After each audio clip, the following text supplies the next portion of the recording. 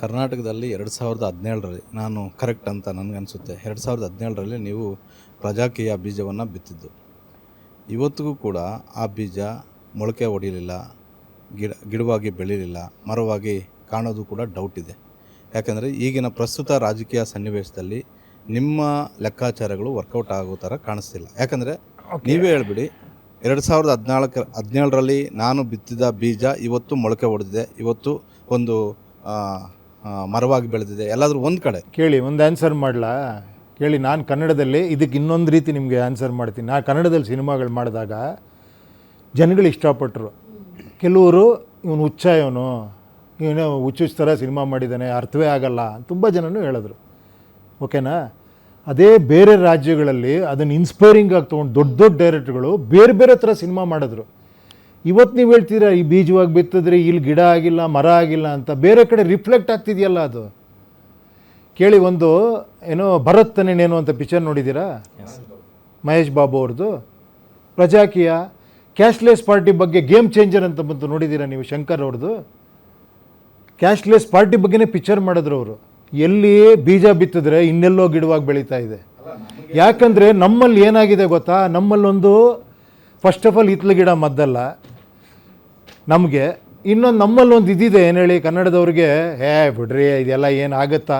ಇಲ್ಲ, ನಂದು ಕನ್ಸರ್ನ್ ಏನಂದರೆ, ನೀವೇ ಬಿತ್ತಿದ ಬೀಜ ನಿಮಗೆ ನೆರಳು ಕೊಡಬೇಕು. ನನಗಲ್ಲ, ನಾನು ಹೇಳೋದು ಅದಕ್ಕೆ ನೀರು ಹಾಕ್ಬೇಕಾಗಿರೋದು ಯಾರು ಗಿಡ ನೆಡ್ತಾರೋ ಅವರೇ ಹಾಕಬೇಕು. ಅದನ್ನು ಬೆಳೆಸ್ಬೇಕಾಗಿರೋದು ಯಾರು? ಅದು ಸುತ್ತಲೂ ಕಸ ಕಡ್ಡಿ ಎಲ್ಲ ಸೇರಿಕೊಂಡಾಗ ಅದನ್ನು ತೆಗಿಬೇಕಾಗಿರೋದು ಯಾರು?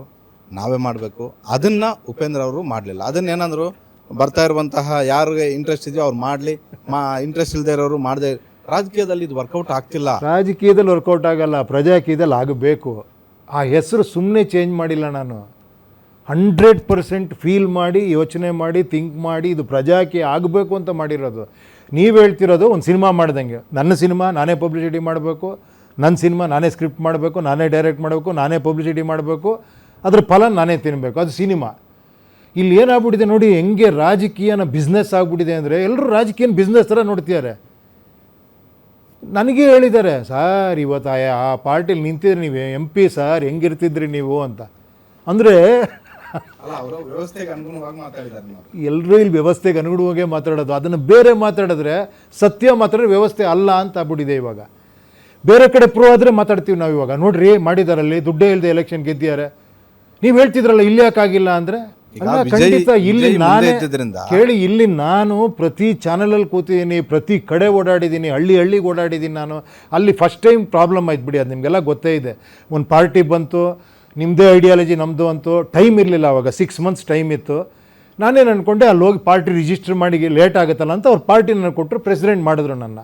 ಮಾಡಿ ಎಲ್ಲ ನಾನು ಸುತ್ತಾಡಿ ಆಟೋ ಚಿಹ್ನೆ ತಗೊಂಡು ಎಲ್ಲ ಮಾಡಿ, ಕೊನೆಗೆ ಇನ್ನೇನು 1 month ಇದೆ ಅನ್ಬೇಕಾದ್ರೆ, ಬನ್ನಿ ಸರ್ ಇಲ್ಲಿ ನೀವು ಪ್ರೆಸಿಡೆಂಟೇ, ನೀವು ಪ್ರೆಸಿಡೆಂಟಾಗಿ ಕೂತೀರಿ, ಟಿಕೆಟ್ ನಾವು ಕೊಡ್ತೀವಿ ಅಂದರು.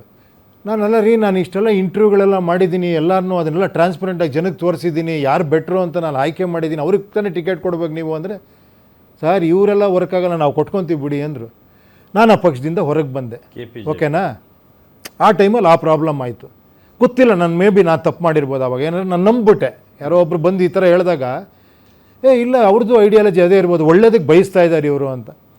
ಅದಾದಮೇಲೆ ಏನಾಯಿತು, ನಾನು UPP ಅಂತ ನಾನೇ ಪಕ್ಷ ಮಾಡಬೇಕಾಯಿತು. ಪಕ್ಷ ಮಾಡಿದ್ಮೇಲೆ MP ಎಲೆಕ್ಷನ್ ಬಂತು. ಆ MP ಎಲೆಕ್ಷನ್ ನಾನೇ ಓಡಾಡಿದ್ದೀನಿ. ಅಷ್ಟೂ ಜನಕ್ಕೆ ಹಾಕಿ ಡ್ರೆಸ್ ಹಾಕಿ ಪ್ರೆಸ್ ಕ್ಲಬ್ಬಲ್ಲಿ ಮಾಡಿ TV ಚಾನಲ್ಗಳಲ್ಲಿ ಹೋಗಿ ನಾನೇ ಮಾತಾಡಿದ್ದೀನಿ. ನಾನು ಇವತ್ತೂ ಕೂತ್ಕೊಂಡು ಇಲ್ಲಿ ಮಾತಾಡ್ತಾ ಇದ್ದೀನಿ. ನನ್ನ ಜವಾಬ್ದಾರಿ ನಾನು ಮಾಡ್ತಾಯಿದ್ದೀನಿ. ನಾನು ಎಷ್ಟು ಹಳ್ಳಿಗೆ ಓಡಾಡಿದ್ದೆ ಅವಾಗ. ಪ್ರತಿ ಹಳ್ಳಿಗೆ ಹೋಗಿ ಪ್ರತಿಯೊಬ್ಬರನ್ನು ಮೀಟ್ ಮಾಡಿ ಅಲ್ಲಿ ಪ್ರೆಸ್ ಕಾನ್ಫರೆನ್ಸ್ ಮಾಡಿದ್ದೀನಿ. ಇಲ್ಲಿ ಏನು ಅಂದರೆ, ನಾನು ಮಾಡ್ತಾಯಿದ್ದೀನಿ, ನನ್ನ ಕೈಲಾದಷ್ಟು ನಾನು ಮಾಡ್ತಾಯಿದ್ದೀನಿ. ಒಂದು 5-10% ಯುವಕರು ಮಾಡಬೇಕಲ್ವಾ? ಇವಾಗ ಇದನ್ನು ಕೇಳಿಸ್ಕೊತಿರೋರಾಗಲಿ. ನಾನು ಅದಕ್ಕೆ ಫಸ್ಟ್ ಕ್ವಶನ್ ಕೇಳಿದ್ದೆ, ನೀವೇನು ಮಾಡಿದ್ದೀರಾ ಅಂತ. ಅದು ಹೇಳ್ಬಿಡ್ರಿ, ನೀವು ಪಕ್ಷ ಕಟ್ಟರೋದು ನೀವು ಮಾಡ್ಕೊಳ್ರಿ ಅಂತ. ನಾನೇನು ಮಾಡಲಿ ಸರ್? ನಿಮ್ಗೆ ಆಸೆ ಇದೆಯಾ ನೀವು ಈ ರಾಜ್ಯದ ಮುಖ್ಯಮಂತ್ರಿ ಆಗಬೇಕು, ಅಥವಾ ಈ ರಾಜ್ಯವನ್ನ ಮುನ್ನಡೆಸಬೇಕು? ನಿಮ್ಮ ಪರಿಕಲ್ಪನೆಯಂತೆ, ನಿಮ್ಮ ವಿಷನ್ ತರ ಏನು, ನೀವು ಪ್ರಜೆಗಳಿಂದ ಪ್ರಜೆಗಳಿಗಾಗಿ, ಪ್ರಜೆಗಳಿಗೋಸ್ಕರ ಅನ್ನೋ ತಮ್ಮ ವಿಷನ್ ಇದೆಯಲ್ಲ, ಅದನ್ನ ನಾನು ಲೀಡ್ ಮಾಡಬೇಕು ಅನ್ನೋದು ತಮಗೆ ಆಸೆ ಇದೆಯಾ? ಅಲ್ಲಮ್ಮ, ನಾನು ಇಲ್ಲದೆ ಇಲ್ಲಿ ಬಂದು ಕೂತ್ಕೊಂಡು ನಿಮ್ಮ ಹತ್ರ ಮಾತಾಡ್ತಿದ್ದೀನ. ಬಟ್ ಅದ್ರ ಕರೆಕ್ಟ್ ಆಸೆ ನಿಮ್ಗೆ ಹೇಳ್ತಾ ಇದ್ರೆ ನಿಮ್ಗೆ ಕೇಳ್ತಾ ಇಲ್ಲ ನೀವು. ಕರೆಕ್ಟ್ ಆಸೆ ಏನಂದ್ರೆ, ಜನಗಳಿಂದ ಬರಬೇಕು.